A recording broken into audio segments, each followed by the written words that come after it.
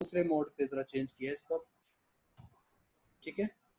Okay, check करते हैं हम नेक्स्ट वन, जहाँ पे इशू फिर बताइएगा मुझे।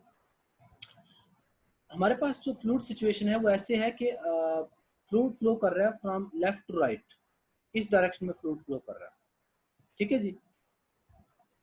तो ये पार्टिसिपेट करती रहिएगा ताकि मुझे आइडिया होता रहे कि जो सिचुएशन है।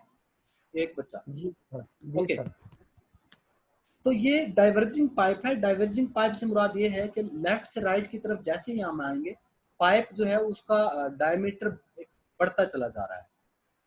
अच्छा, तो अब अगर मैं पाइप का, अब मेरा आप लोगों से क्वेश्चन है कि अगर मैं पाइप एरिया रिड्यूस करता हूँ तो स्पीड बढ़ती है या कम होती है? स्पीड बढ़ जाएगी सर। बढ़ अच्छा, जाएगी सर। अब हम लेफ्ट से राइट की तरफ सर आ रहे हैं स्पीड और एरिया इसका बढ़ रहा है, तो अब मुझे बताएं इसकी स्पीड कम होगी एरिया बढ़ने से कि ज्यादा होगी? जी, कम हो कम हो जाएगी। कम होगी सर। ओके। तो अब मैं लेफ्ट से राइट जब आ रहा हूँ तो इसको फौरन एक्सपेंड किया है, तो क्या हो रहा है, स्पीड कम हो रही है। तो ये आगे जो डॉटेड लाइन लगाई है ना इसके बाद, इसका बहुत आगे जाके ये जीरो बताने का मतलब ये है कि ये पाइप आगे जाके बहुत दूर तक फैलता गया और इतना फैल गया कि इसकी जो यूं कह लें कि हमारे पास स्पीड कम हो के जब यहाँ तक फ्लूइड पहुंचा है तो इसकी स्पीड कितनी होगी बेटा जी? जीरो हो गई। जीरो। इसकी स्पीड जीरो हो गई, क्योंकि हमारा एक्चुअल पर्पज है इसको रेस्ट पोजीशन में लेके आना। हमारा एक्चुअल पर्पज है इसको रेस्ट पोजीशन में लेके आना, ओके।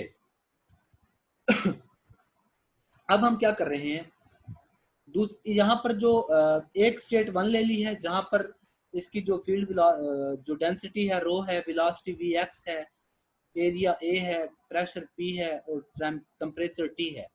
और एक इसका दूसरा एंड ले लिया है जहां तक थोड़ा सा एरिया चेंज हुआ था डी एक्स डिस्टेंस के बाद, जहां पर density rho plus D rho है, velocity V X plus D V X है, area A plus D A है, pressure P plus D P है और temperature T plus D T है, ठीक है जी। तो ये वैल्यूज हैं जो थोड़ी देर के बाद हैं, और आगे काफी देर के बाद जो वैल्यूज हैं ये सारी की सारी स्टैग्नेशन प्रॉपर्टीज हैं कि यहाँ पर आने के बाद जो वेलोसिटी है जीरो हो गई और जो भी फील्ड प्रॉपर्टीज थी उनके नीचे ये जीरो लग गया है। जीरो का मतलब ये शो कर रहा है कि ये स्टैग्नेशन स्टेज है, यहाँ पर फील्ड वेलोसिटी जीरो हो चुकी है, ठीक हो गया जी। ओके, अब हम चलते हैं इसके एक्सप्लेनेशन की तरफ।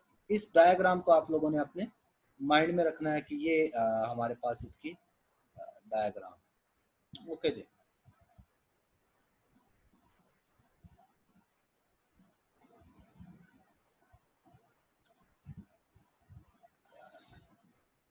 For a compressible flow, we can drive isentropic gradations by applying a mass conservation and momentum equation to a differential control volume and then integrating। उसके लिए एरिया वन और एरिया स्टेट वन ले लिया और उसके बाद स्टैग्नेशन स्टेट ले लिया। तो कंटिन्यूटी इक्वेशन क्या होगी? कंटिन्यूटी इक्वेशन 4th चैप्टर में जो आप लोगों ने इंटीग्रल फॉर्म में पढ़ी थी, partial by partial integral rho D V plus control surface integral rho V dot D A is equal to zero. कुछ अजम्पशंस ले ली हैं हमने। अजम्पशंस में क्या है? Steady flow, uniform flow at each cross sectional area, और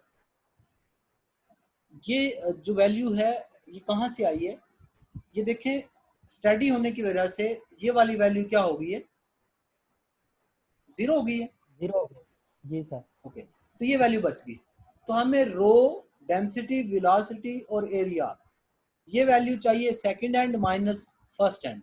second hand पे क्या वैल्यूज थी इनकी? Rho plus D rho, V plus D V, A plus D A, और माइनस क्या करेंगे? Rho V A. ऐसे होगा ना बेटा जी? तो ये चेक करें, rho plus D rho, V X plus D V X, A plus D A minus rho V A. Clear है जी बात? ओके। जी सर। जी सर। या यहाँ पे वेलोसिटी और एरिया वेक्टर चूंकि अपोजिट डायरेक्शन में, इस वजह से नेगेटिव, यहाँ पे सेम डायरेक्शन में तो पॉजिटिव आ गया है। उस सेंस में भी आप लोग देख सकते हैं इसको, इंटीग्रल में टोटल का सम लेना है, ये नेगेटिव और पॉजिटिव क्यों आया। अच्छा जी, उसके बाद इसको सिंप्लीफाई कर रहा है कि रो वी एक्स ए की जगह पे ये वाली वैल्यू भी लिखी जा सकती है, या फिर जहां पे rho plus D rho V X plus D V X और ए प्लस डी आ जाए, इन तीनों के मल्टीपल की जगह पे रो वी ए भी लिखा जा सकता है। ये हमने एक इक्वेशन ड्राइव कर ली 12.20। सर हम इस तरह नहीं कह सकते कि जो ऊपर वाली इक्वेशन है वो सब्ट्रैक्ट हो रही है तो उस साइड पे क्या आ जाएगी, प्लस हो जाएगी, माइनस रो हाँ, बी एक्स। मैंने कहा आप कह सकते हैं, मैंने एक वर्ड यूज किया है, ठीक है ना कि जी सर। हाँ, तो ये वाली वैल्यू हमारे पास दूसरी साइड पे शिफ्ट हुई है ना। हाँ ओके, जी सर। तो फिर हमारे पास क्या आ जाएगा, मोमेंटम इक्वेशन क्या थी, momentum governing equation sum of all forces is equal to this integral. ये वही है जो आप लोगों को अगर याद हो, जो हमने थर्ड चैप्टर के स्टार्ट में एक इंटीग्रल कंबाइंड तमाम टाइप की फील्ड प्रॉपर्टीज के लिए पढ़ा था, और फिर उससे continuity, momentum, heat equations drive की थी। जी सर। ओके, तो अब हमने स्टडी फॉर्म ली हुई है, तो ये जीरो हो गया स्टडी की वजह से। हमारे पास ये वाला कंपोनेंट स्टडी की वजह से जीरो हो गया। इसको शायद सिलेक्ट नहीं कर पा रहा। और बॉडी फोर्सेस को मैंने जीरो अज्यूम कर लिया है, ठीक है ना। तो बॉडी फोर्सेस को जीरो अज्यूम करने की वजह से ये वाली वैल्यू क्या हो जाएगी, जीरो हो जाएगी। ये मैं माउस से शायद इसको ना, वो लैपटॉप माउस से पिक नहीं कर पा रहा। चलें, ये वैल्यू जीरो हो जाएगी। जी सर समझ आ गई। काम नहीं कर रहा बेचारा शायद। ओके,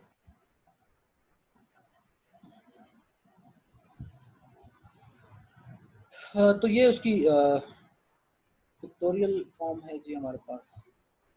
कुछ और assumptions जैसे कि अभी हमने मोमेंटम में लगाई है कि बॉडी फोर्स जीरो ले ली है और फ्रिक्शनलेस फ्लो आप लोग अज्यूम कर रहे हैं जी। The surface forces acting on the infinitesimal control volume are. अब हमने ये कह दिया कि जो तमाम टाइप की फोर्सेस हैं उसमें बॉडी फोर्सेस को हमने इग्नोर कर दिया, फ्रिक्शनल फोर्सेस को इग्नोर कर दिया, फ्रिक्शनलेस फ्लो ले लिया ना। तो हमारे पास फोर्सेस कौन सी बच गई, सिर्फ सरफेस फोर्सेस। अब सरफेस फोर्सेस में सिर्फ एक ही फोर्स अपना रोल प्ले करेगी जो कि प्रेशर है। अच्छा, प्रेशर के साथ यहाँ पर एक और उसने फोर्स लिखी है, कौन सी भला, ये जो नजर आ रही होगी D R x. D R x एक फोर्स नजर आ रही ना आप लोगों को। जी सर। ओके, ये जो डी आर एक्स फोर्स है ना, ये force basically along the boundary है। ये मैं आप लोगों को दोबारा डायग्राम की तरफ लेके जा रहा हूँ ताकि आप लोगों को विजुलाइज शायद करवा पाऊँ कि सिचुएशन अब हमारे पास क्या है। ये पाइप है ना हमारे पास बेटे, तो इसके ऊपर जो फोर्सेस अप्लाई हो रही हैं, एक फोर्सेस अप्लाई हो रही हैं नॉर्मल फोर्सेस जो कि प्रेशर है हर साइड से ना, ठीक है। तो ये ऊपर और नीचे वाला जो नॉर्मल प्रेशर है वो तो कैंसिल आउट कर लेगा ना एक दूसरे को, लेकिन ये प्रेशर और ये प्रेशर, यहाँ पर एरिया ज्यादा है, यहाँ पे एरिया कम है, तो यहाँ पे प्रेशर P है, यहाँ पे प्रेशर P प्लस DP है। तो इन दोनों की वैल्यू तो प्रेशर के हिसाब से आ जाएगी, और वो क्या आएगी, वो वैल्यू आ जाएगी जी, ये उसने लिखा होगा कि क्योंकि फोर्स मालूम कर रहा है ना, तो प्रेशर मल्टीप्लाई बाय एरिया, ये एंड पे है और ये स्टार्ट पे है। ये नेगेटिव क्यों है अब एंड वाली, और ये पॉजिटिव क्यों है, उसकी रीजन बता देता हूँ कि इस डायरेक्शन में जो एरिया वेक्टर है वो एक्ट कर रहा है बाहर की तरफ, प्रेशर एक्ट कर रहा है अंदर की तरफ। इसमें अच्छा एरिया वेक्टर ये है, अच्छा प्रेशर अंदर की तरफ है, प्रेशर डायरेक्टेड हमारे पास नेगेटिव, एक मिनट मुझे सिर्फ इसको दोबारा देखने दीजिएगा इक्वेशन को, एनोटेशंस को मैं क्लोज कर रहा हूँ, इक्वेशन की तरफ मैं जाना चाह रहा हूँ।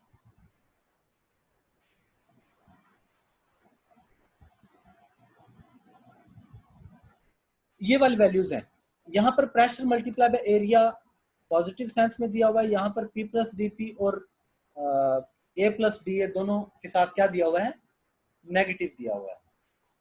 तब याद रखें जब हमारे पास दोनों के साथ प्रेशर और एरिया की जब बात कर रहे हैं तो एरिया वेक्टर और प्रेशर दोनों अपोजिट डायरेक्शन में एक दूसरे के साथ क्या कर रहे हैं, एक्ट कर रहे हैं। फोर्स हमारे पास प्रेशर हमारे पास फोर्स पर यूनिट एरिया था ना हमारे पास, तो हम जब फोर्स की बात कर रहे थे तो प्रेशर और एरिया ने आपस में मल्टीप्लाई होना था। दूसरी बात, जो जिस वक्त हमारे पास जो पाइप एक्सपेंड हो रहा है, स्क्रीन शो हो रही है आप लोगों को? जी सर हो रही है। ओके, पाइप जब एक्सपेंड हो रहा है, पाइप जब एक्सपेंड हो रहा है तो तब हमारे पास फोर्स जो है, हमने अभी कहा दैट कम्स टू रेस्ट, तो आप लोगों के पास डिक्रीजिंग फॉर्म में है। तो स्टार्ट में वैल्यू ज्यादा है, बाद में वैल्यू क्या है, कम है, फोर्स वैल्यूज जो कह लें। तो ये इस वजह से पॉजिटिव और नेगेटिव के साइन है। और ये जो वैल्यू है डी आर एक्स, ये वैल्यू कैसे आएगी, ये सारे की एवरेज लेने से आएगी। अब सारे की एवरेज कैसे आएगी, सारे की एवरेज आती है कि टोटल लेंथ कितनी है, टोटल लेंथ पता चलेगी हमें,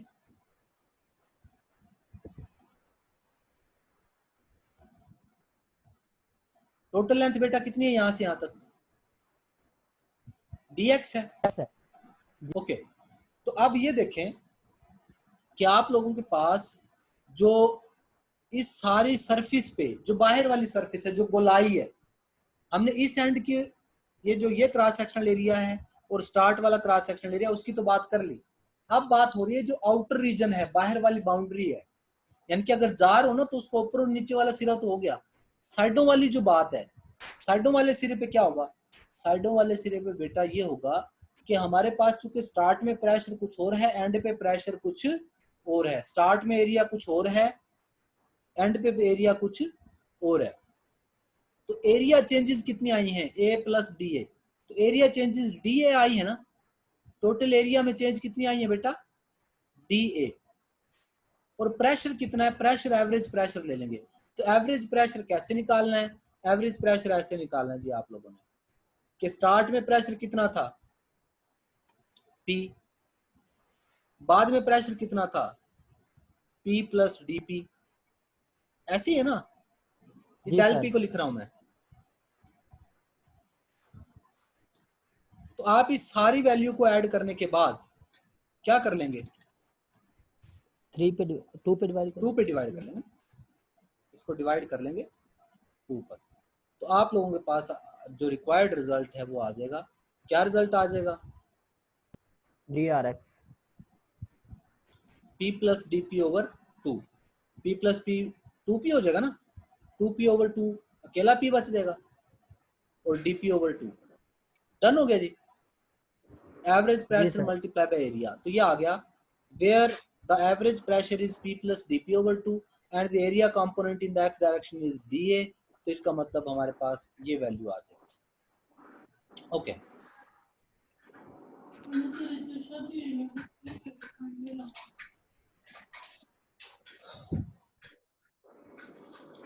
नेक्स्ट हम चलते हैं जी, ये Fs की वैल्यू आई है ना, ये किसकी वैल्यू आ गई है, Fs की। तो अब मुझे ये वैल्यू कहाँ पे पुट करनी है, मुझे वैल्यू यहाँ पुट करनी है। ये वैल्यू किसकी आई है अभी जो वैल्यू फाइंड आउट की है Fs की। तो Fs की जो वैल्यू आ जाएगी,